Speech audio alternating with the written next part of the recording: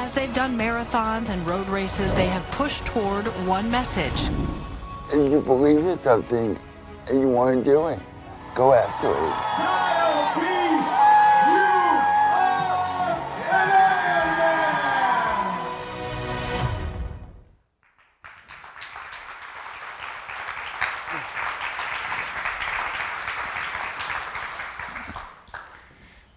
Well, thank you guys for having us.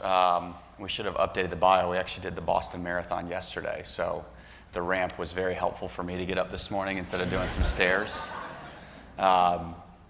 It's a special thing what Kyle and I get to do, and we're going to obviously get into that today, but we've both kind of still got all the feels from yesterday. You know, the Boston Marathon, if you're familiar, watched it, run it, paid attention to it, it's kind of like the US Open, since maybe golf's fresh in our mind from Rory McIlroy recently.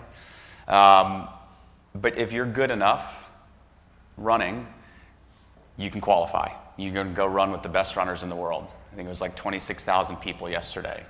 And in the middle of that race, from miles 16, three quarters, like from miles 16 to 21, all these hills show up. And it's the worst possible place for hills to be in a marathon. Your body's starting to break down, mentally you're starting to get tired, and you've got 10 more miles to go. And around mile 21, my legs went into full cramps, and I couldn't move. I was hopping on one leg, and Kyle was begging and screaming and trying to keep me going. And the whole time I kept thinking, it's exactly where I want to be right now, you know? And so we go through these experiences, and those experiences, they create resilience within you. They make you recognize what you are capable of. And so Kyle and I have been doing this for a really long time now. We did our first race in 2011 together. We've been helping each other as brothers since we were kids. You know, one of my stories that I thought about recently was our living room growing up had 3 stairs.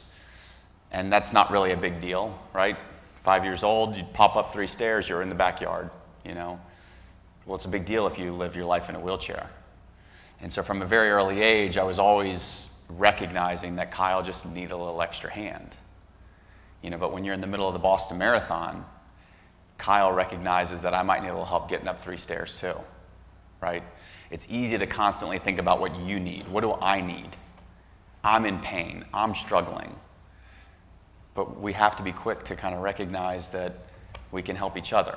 So I skipped like 6 parts because, like I said, we just finished the marathon. We should have worn our medals today, but Kyle and I have been doing this for a long time, and the really special accomplishment that we've done is actually the Ironman World Championships in Hawaii that was mentioned in the introduction, which is a 2.4 mile swim, 112 on a bicycle, and 26.2 miles of running. So the Boston Marathon that we did yesterday, we had to do 114 miles of racing before we could get to that portion of fun.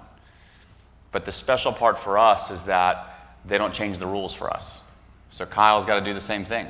He's got to go through it. And man, he goes through it. He suffers. And we need each other to get through it. And so now Kyle is a 2-time Ironman world champion athlete. We don't have to call him a wheelchair athlete. We don't have to give him some special title about his disability. We just call it what it is, that he's a world champion.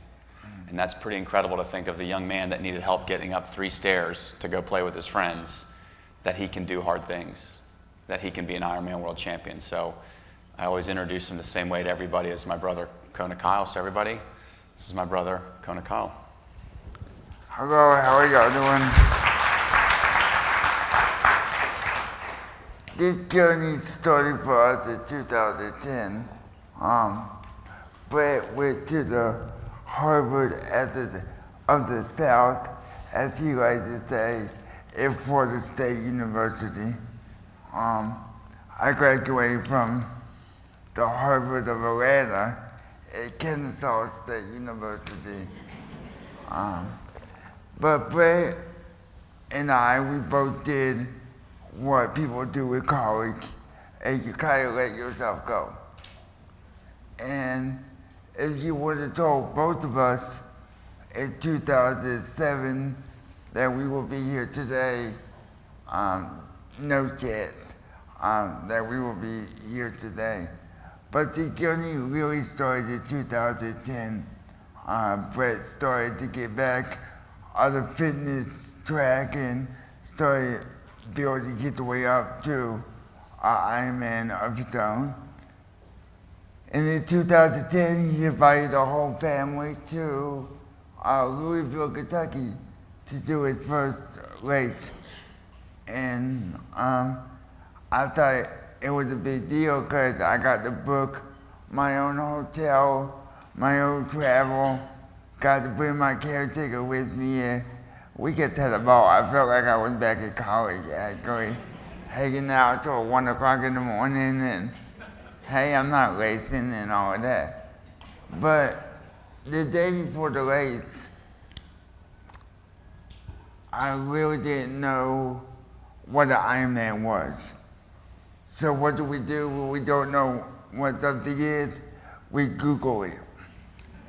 And I love my brother. My brother is my best friend. And when I Google Ironman, the first thing that came up was the movie. And my friends, I love my brother, but one thing he is not good at is an actor. So I put triathlon. I was missing that keyword.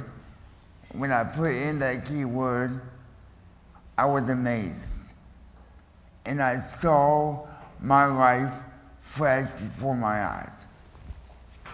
You see, we all go through peaks and valleys throughout our day. Mine are more drastic, and they take a toll, as you can see from a physical standpoint. But what I saw that next day, when the competition started, I saw my life. I saw what I could do rather than what I can't do.